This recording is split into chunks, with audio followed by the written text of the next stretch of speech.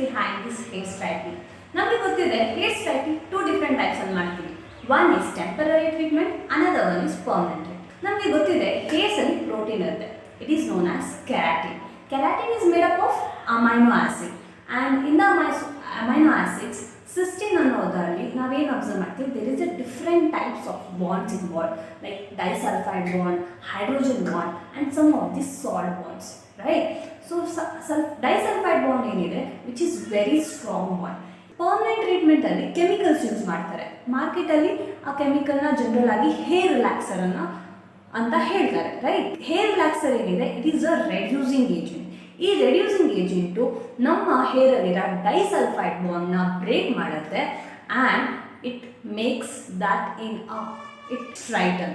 and ಈ disulphide bond ಏನು strong bond ಇದೆ ಬ್ರೇಕ್ ಆಗಿರೋದ್ರಿಂದ ಇಟ್ ಟೇಕ್ಸ್ ಅ